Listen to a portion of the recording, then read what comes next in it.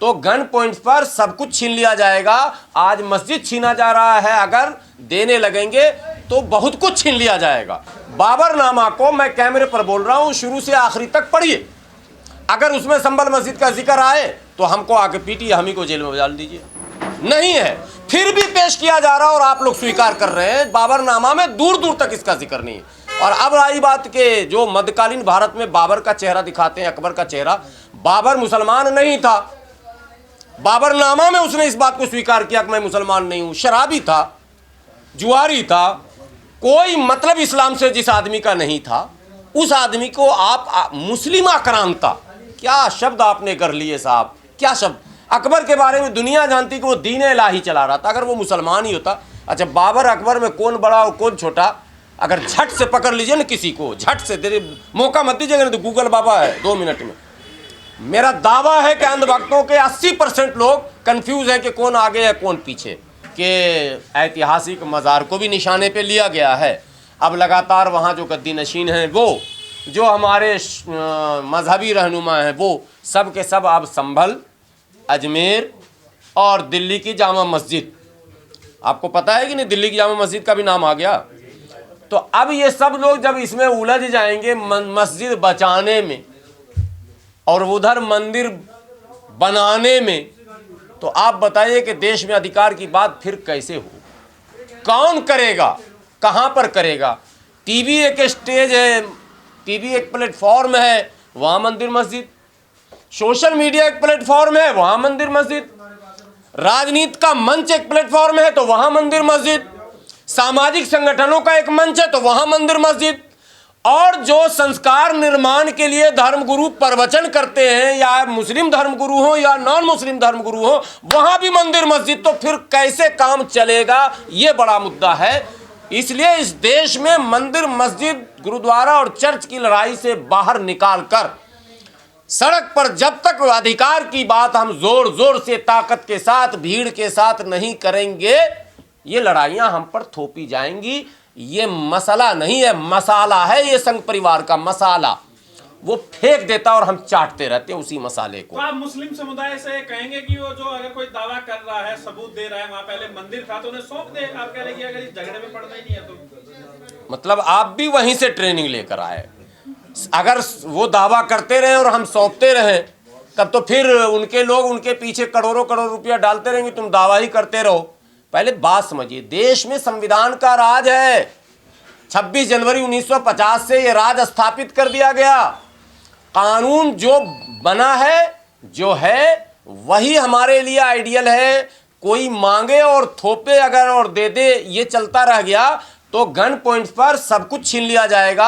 आज मस्जिद छीना जा रहा है, अगर देने लगेंगे तो बहुत कुछ छीन लिया जाएगा। इसलिए गन पॉइंट पर देश नहीं चलेगा, संविधान से चलेगा। दावा जिसने किया है वो दावा ही गैर संवैधानिक है। आप शांति की बात कर रहे हैं और पोस्टरों पे लिखा है वस्त्र और शस्त्र लेकर आए प्रोग्राम के अंदर। हाँ, ये अच्छा आपने सवाल किया। कौन कर रहे हैं ये आह्वान? संत कथित तौर पर धर्मगुरु ये कह रहे हैं वस्त्र, शस्त्र, अस्त्र, भाला, त्रिशूल। इस गांव, इस देश में ये सब हुआ।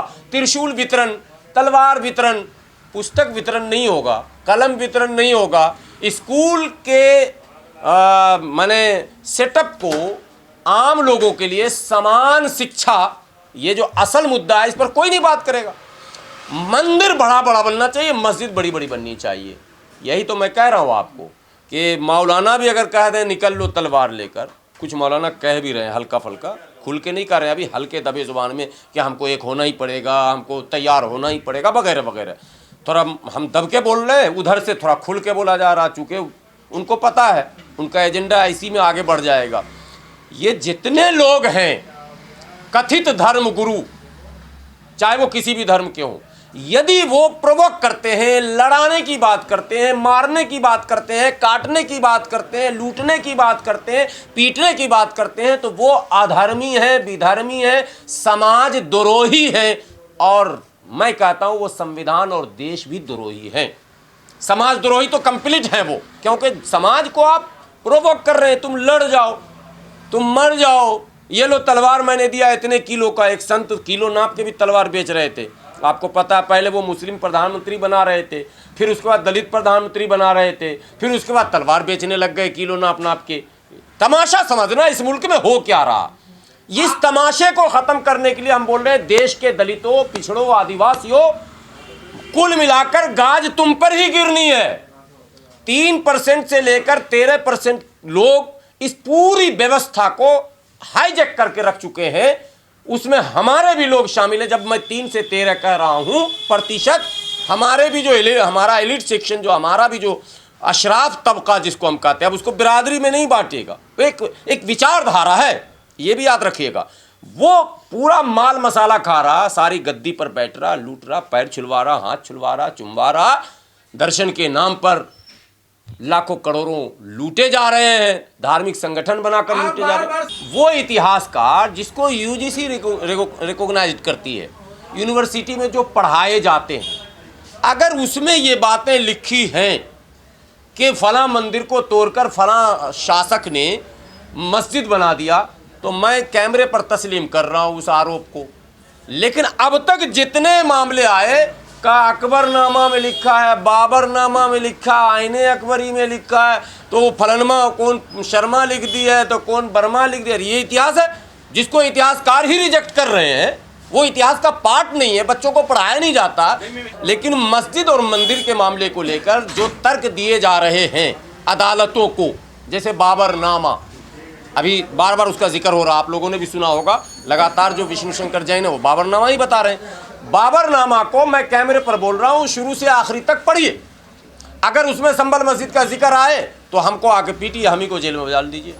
नहीं है, फिर भी पेश किया जा रहा और आप लोग स्वीकार कर रहे हैं। बाबरनामा में दूर दूर तक इसका जिक्र नहीं है। और अब आई बात के जो मध्यकालीन भारत में बाबर का चेहरा दिखाते हैं, अकबर का चेहरा, बाबर मुसलमान नहीं था। बाबरनामा में उसने इस बात को स्वीकार किया कि मैं मुसलमान नहीं हूं, शराबी था, जुआरी था, कोई मतलब इस्लाम से जिस आदमी का नहीं था, उस आदमी को आप मुस्लिम आक्रांता, क्या शब्द आपने कर लिए साहब, क्या शब्द। अकबर के बारे में दुनिया जानती कि वो दीन इलाही चला रहा था, अगर वो मुसलमान ही होता। अच्छा, बाबर अकबर में कौन बड़ा और कौन छोटा, अगर झट से पकड़ लीजिए ना किसी को, झट से, तेरे मौका मत दीजिएगा, नहीं तो गूगल बाबा है 2 मिनट में। मेरा दावा है कि अंधभक्तों के 80% लोग कंफ्यूज हैं कि कौन आगे है कौन पीछे। बात समझ रहे हैं ना। बाबर का बेटा है ना अकबर, हुमायूं का पोता है ना भाई बाबर का। बाबर के बाद हुमायूं, हुमायूं के बाद अकबर। तो हुमायूं और अकबर खून तो बाबर का है। अगर इतना मुसलमान बड़ा था बाबर, तो अकबर तो महान कहलाया था, जिसने इस्लाम धर्म को समाप्त करने के लिए नया धर्म लाया था। बात समझ में आई अब कि नहीं आई? सर, ये तो इतिहास बहुत बड़ा है। अब वर्तमान में इसका सॉल्यूशन क्या है? वर्तमान में सबसे बेहतरीन सॉल्यूशन है कि वो दंगा करके आपको हिंदू और मुसलमान बनाएंगे। आप अधिकार की बात करके मुल्क में शांति और अमन बनाएंगे। 2 ही रास्ते हैं। अधिकार मीन्स अधिकार जो संविधान ने दिए हैं। मेरा दावा है कैमरे पर, आज भी 7.5% एसटी को समस्त विभागों में प्रतिनिधित्व नहीं मिला है। 15% एससी को सभी विभागों में प्रतिनिधित्व नहीं मिला है। 27% ओबीसी को सभी विभागों में प्रतिनिधित्व नहीं मिला है। जो दलित मुसलमान हैं उनको अधिकारों से वंचित रखा गया है। आदिवासियों का सीधा उनके संवैधानिक अधिकारों पर डाका डाला जा रहा। ऐसे में मुट्ठी भर लोगों को प्रमोट किया जा रहा है, उन्हें आर्थिक रूप से संपन्न किया जा रहा है, अमीर को अमीर किया जा रहा है, गरीब को गरीब किया जा रहा है। एसी कोच की पूरी ट्रेनें चल रही हैं और जनरल कोच की गाड़ी चल ही नहीं रही है। एक गाड़ी है पूरे भारत में जिसका नाम है जनसाधारण एक्सप्रेस, और जितनी गाड़ियां चल रही हैं या तो उसमें कोचेस बढ़ा दिए गए हैं एसी के, या 100% एसी कर दिया गया। मतलब वंदे भारत और ना जाने कौन भारत गरीब के लिए है। बताइए पहले आप जा सकते हैं, आप तो पत्रकारिता करते हैं, आप तो धन्ना सेठ होंगे। दिल्ली से पटना जाने के लिए वंदे भारत का कितना किराया है? अगर 3 महीने में एक बार गया तो वो बंदा लौट के इधर नहीं आएगा, इधर आएगा तो उधर नहीं जा पाएगा, जिसकी कमाई इतनी है। मेरे जैसा आदमी जिसका टिकट भेजने के लिए 50 लोग तैयार रहते हैं, मैं तो जनसाधारण से जाता हूं। हालात ये है कि हम सहन ही नहीं कर सकते। 1300 से लेके और 3200, 3400, 4500, 6800 तक का टिकट है। मौलाना साहब नहीं सुनिए, मुद्दा नहीं है ये, इसको मुद्दा बनने लोग नहीं देंगे। एजुकेशन, बेटा को आप इंजीनियरिंग कराना चाहते हो, मेडिकल कराना चाहते हो, कौन करा लेगा? 80% भारत के लोग नीट की तैयारी में ही दम तोड़ देते हैं, नहीं हो पाता। 80% भारत के लोग जेईई की तैयारी में दम तोड़ देते हैं, यूपीएससी की तैयारी में दम तोड़ देते हैं, जुडिशियरी की तैयारी में दम तोड़ देते हैं। तो एजुकेशन आपने इतना महंगा कर दिया, और सरकारी स्कूलों में जो व्यवस्था है उस पर कोई बोलने को है तैयार? कोई नहीं तैयार है। इसलिए कि गरीब का बच्चा पढ़ोगे तो बढ़ोगे, नहीं बोले बटोगे तो कटोगे। ये नहीं बोल रहा कि पढ़ोगे तो बढ़ोगे। तो ये बोली जो है साहब वो धार्मिक बन रहा है, हम लोग उसका विरोध करते हैं। हम लोग समाज में जाकर कहते हैं पढ़ोगे तो बढ़ोगे, प्यार से रहोगे तो आगे बढ़ोगे, शांति रहेगी तो तरक्की का रास्ता मिलेगा, अशांति होगी तो भुखमरी हो जाएगी। इसलिए शांति, प्यार, मोहब्बत, एकता, भाईचारा की बात। वो भी तो यही कह रहे हैं, एक रहोगे तो बचोगे, वो भी तो आपकी बात कह रहे हैं। हाँ, उन्होंने फोटो भी लगाया ना, एक रहेंगे तो सेफ रहेंगे। यही तो मौलाना साहब अगर आप तो बड़ा दिल दिखाने वाले हैं। यस, बहुत अच्छा सवाल है। अगर उस समय हाँ। जो बड़े पैरों सुनिए, अब उस समय जो प्रस्ताव था, अगर उसको भारत स्वीकार कर लेता, भारत के मुसलमान और वो लोग जो उस तरफ से काम कर रहे थे, श्री रविशंकर जी कर लेते, तो सच्चाई ये है कि आज इनके पास मुंह नहीं होता। लेकिन ये हमारी बदनसीबी है कि हमारे कौम के लोगों ने बड़े बड़े मौलाना को घर बैठा दिया, पर्सनल लॉ बोर्ड से निकलवा दिया, जिसने भी ये वकालत की, और हम लोगों पर भी ज़ुबानी और जिस्मानी हमले हुए। हमने तब ये कहा था, जो हमने कहा था वही सुप्रीम कोर्ट आखिरी में कह दिया कि हमको पता है कि आपका दावा फर्जी, लेकिन 70 साल से आपने इस मुल्क को अयोध्या के नाम पर परेशान कर रखा। मेरठ दंगा अयोध्या के कारण, मलियाना अयोध्या के कारण, हाशिमपुरा अयोध्या के कारण, अलीगढ़ अयोध्या के कारण, कानपुर अयोध्या के कारण, भागलपुर अयोध्या के कारण, मुंबई अयोध्या के कारण। मुंबई जो बम ब्लास्ट हुआ वो अयोध्या के कारण हुआ, आपको पता है ना, 92 में जो हुआ, और दंगा हुआ, और फिर बम ब्लास्ट हुआ, और क्या क्या हुआ। तो एक अयोध्या पूरे देश को जला रहा। तो वैसे मामले को हम मिल बैठ करके गिव एंड टेक के फार्मूले पर ख़त्म कर दें। वो सुप्रीम कोर्ट ने आखिर में वही काम किया, आपको पता ही है। दावा सब गलत सुप्रीम कोर्ट ने कह दिया, लेकिन चूंकि सुप्रीम कोर्ट ने दिया तो इनको एक चस्का लग गया कि अब कोर्ट में जाएंगे और मामला फंसाएंगे और सांप्रदायिक माहौल बनाएंगे और रथ निकालेंगे और हिंदू मुसलमान करेंगे। चूंकि वो प्रयोग इनका सफल हो गया रथ यात्रा से लेकर अंतिम तक, तो इसीलिए अब हम लोगों को जगा रहे हैं कि भैया एक प्रयोग उनका सफल हो चुका, वो फिर दूसरे प्रयोग में, तीसरे, तो 7 दशक तो एक मस्जिद में जूझे, 7 दशक फिर काशी, 7 दशक मथुरा।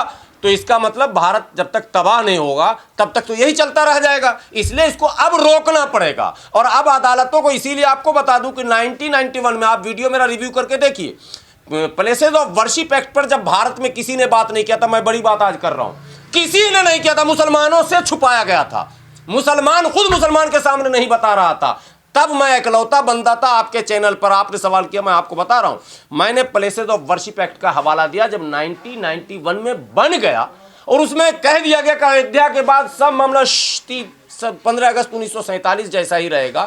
फिर मुद्दा ही कहाँ था। लेकिन हमारे लोग भी ईमानदार नहीं हैं, ये मैं कह रहा हूँ। तो संभल में भी 5 लोगों की जान गई, 30,000 मस्जिदों पर दावा किया जा रहा है, तो मैं इसीलिए कह रहा हूँ, तो उस पर भी आप क्यों नहीं बड़ा दिल दिखाते? 2-4-6 महीने में सारे दावे खारिज हो जाएंगे, मुल्क का माहौल बन जाएगा, घबराइए मत।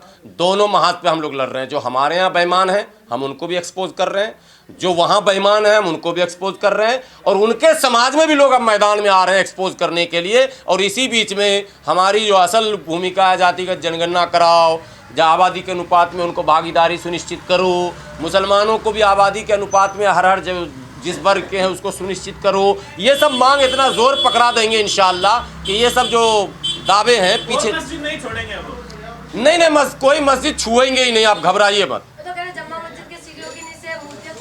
वो अपने धर्म का अपमान कर रहे हैं।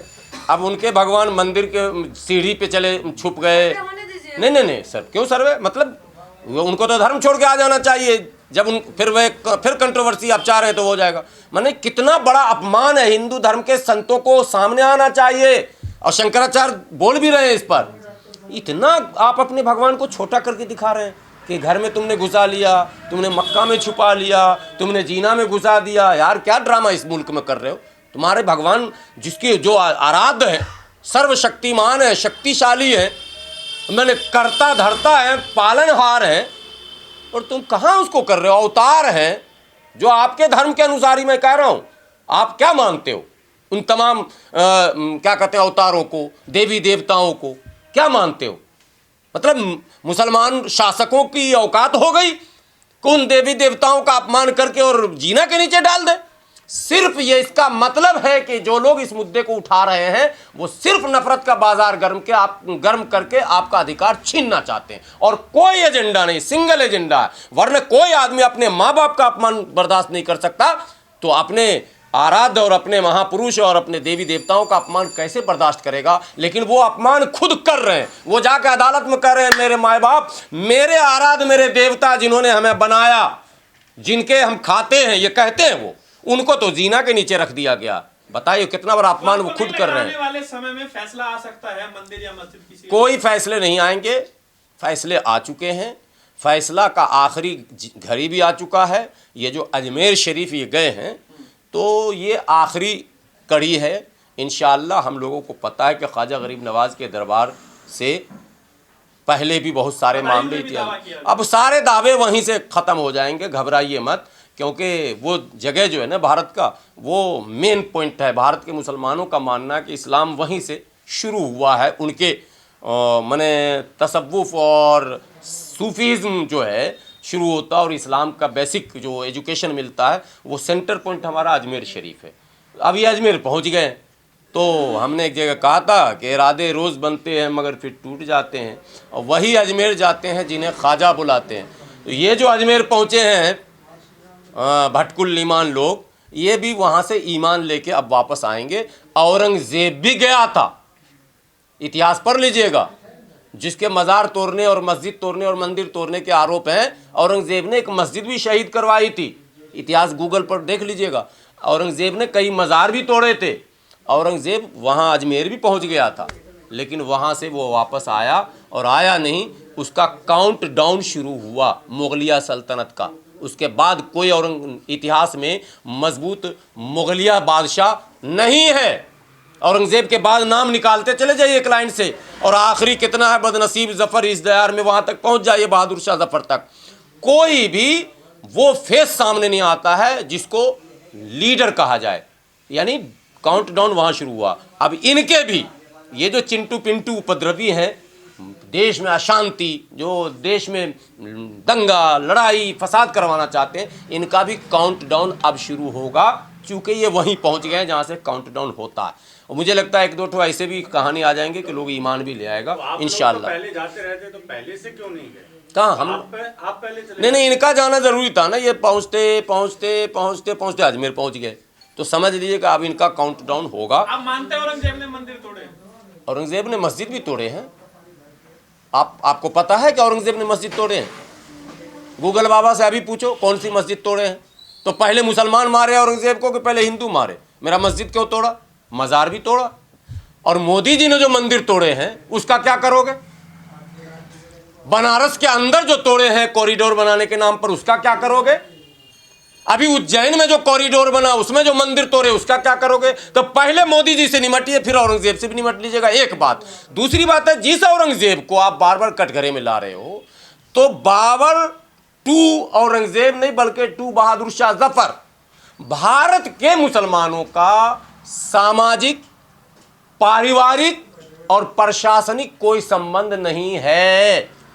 भारत के राजपूत मुजरिम हैं जिन्होंने लाया, बसाया और उनकी चमचागिरी की, उनका दरबार बने और यहां तक कि उनसे रिश्तेदारी की। इस देश में आज भी अशांति अगर फैल रही है तो उन्हीं जातियों में ज़्यादा बड़ी भूमिका निभाई जा रही है जिन जातियों ने उस समय भी किया। लब बड़े बड़े आप नारे लगा लो, मेरे फलां थे, मेरे पृथ्वीराज चौहान की सेना में मुसलमान लड़ रहे थे, और हल्दी घाटी में अकबर की सेना का सेनापति जो है वो राजपूत था। गर्व से कहो हम हिंदू हैं वाले। अकबर की सेना का सेनापति मान सिंह था, मैं नहीं था। और मेरे लोग हकीम खान सूरी पृथ्वीराज चौहान के सेनापति थे, जान दे दी हकीम खान सूरी ने, और उनके कई नट और क्या कहते हैं कलंदर मुसलमान थे जो उनकी सेना में लड़के मर गए। तो हम तो तुमको बचाने में थे और तुम यहाँ मिटाने में थे। तुमने औरंगज़ेब से रिश्तेदारी की। आखिरी औरंगज़ेब, गूगल सर्च कीजिएगा, औरंगज़ेब की 2 पत्नियां हिंदू हैं, किस जाति की हैं, किस घर की हैं, ये भी सर्च कर लीजिएगा। खामखा का माहौल बना रहे हो आप मुल्क में, खामखा की बात कर रहे हो यार, बकवास। कोई लेना ही देना नहीं है हमारा। हिस्ट्री में एक पार्ट है, जैसे अंग्रेज आया वैसे मुगल आया, वैसे तुगलक आया, वैसे ऐबक आया, वैसे खिलजी आया, वैसे बलबन आया। ये आना जाना तो हिस्ट्री में लगा ही रहे। उससे भी पहले, उससे भी मौर्य थे और बढ़ते जाइए तो एक शासन का एक पूरा एक सीरीज है ना भाई। हमारे यहाँ कौन कौन नहीं किया हुकूमत, सब ने किया, ठीक है। और अंदर और बाहर के लोग रहे, चीन तक के लोग यहाँ हुकूमत कर चुके हैं। ये खामखा की बात। वर्तमान भारत जो संविधान से चलता है, जिसमें हम भारत के लोग with the people of India से जो शुरू होता है, हम उस संविधान की बात करते हैं। और वही संविधान सबको जोड़कर रख सकता है, वही संविधान अधिकार दिला सकता है, वही संविधान अमन चैन सुकून और शांति फैला सकता है। जो दूसरे रास्ते पर जाओगे, फैब्रिकेटेड और बनावटी इतिहास लाओगे सामने, फर्जी, तो त्यों समस्या पैदा होने लगेगी। इसलिए मुगल का नाम लेकर मुसलमानों को टारगेट न किया जाए। बाबर के औलादो भारत छोड़ो अगर कोई कहता है तो उस सबसे बड़ा मैं हूं, बाबर के औलादो भारत छोड़ो। छोड़ो। मुसलमान कहता है अरे तुमने कैसे कह दिया बाबर के औलाद? अरे बाबर का औलाद कौन है पहले वो तो लिस्ट निकालो। अकबर का औलाद कौन है वो तो लिस्ट निकालो। हुमायूं का कौन है वो तो निकालो। सलीम का निकाल लो, शाहजहां का निकालो तो सही यार। अब तो हिस्ट्री में गूगल है, जाहिल आदमी भी गूगल बाबा से पूछ ले, सबकी रिश्तेदारियां वहीं नजर आती है। हमारे यहाँ नहीं है भाई। मैं 50 जगह बोल चुका हूँ। एक अंसारी, मंसूरी, रायन, अलालखोर, चमेला, जोजा, नट, बक्को, डफाली, मीरासी, मिर्शिकार, कोई भी लालबेगी, भिश्ती, जोगी, हमारे यहाँ बंजारा, हमारे यहाँ धोन क्या कहते हैं मंसूरी, हमारे यहाँ धोबी, हमारे यहाँ नाई, हमारे यहाँ तेली, हमारे यहाँ शक्का, हमारे यहाँ अब्बासी, एक रिश्तेदारी दिखा दो तो हम मान जाए ना। दिखाओ तो सही। तो आपकी तो है नहीं, कोई नहीं, मेरी भी नहीं, किसी की नहीं। मेरा तो शासन था, आपको पता नहीं है, इसीलिए मैं कह रहा हूँ हिस्ट्री पढ़िए। यहाँ जब 1200 से लेके 1500 के बीच संभल का मामला दिखाया जा रहा, हुमायूं से लड़ाई, बाबर से लड़ाई किसकी हुई वो हिस्ट्री पढ़िए आप। कोई हिंदू राजा नहीं लड़ा था, संभल का राजा हिंदू नहीं था। बाबर के समय मुस्लिम राजा था, पठान था। यहाँ पठान वंश ने भी हुकूमत की, यहाँ सैयद वंश ने भी हुकूमत की, यहाँ गुलाम वंश ने भी हुकूमत की है। तो तुगलक ने कब से कब किया, ऐबक ने कब से कब किया, क्षेत्र क्या था, खिलजी ने कब किया, बलबन ने कब किया, लोधी ने कब किया। जब से हिस्ट्री पढ़िएगा ही नहीं, बस 2 लाइन समझ लिया, बाबर के औलादो यहाँ से निकलो, ऐसे मुसलमानों को कहना पड़ेगा। पढ़ता लिखता कुछ है ये नहीं है। मध्यकालीन इतिहास की बात हुई। मध्यकालीन इतिहास में बहुत मज़ेदार इतिहास है। हर छात्र चाहता है कि हम वही पढ़ें मिडिवल हिस्ट्री, और वो बहुत कारगर है। तो मैं तो कहता हूँ कि गूगल पे पढ़ लो।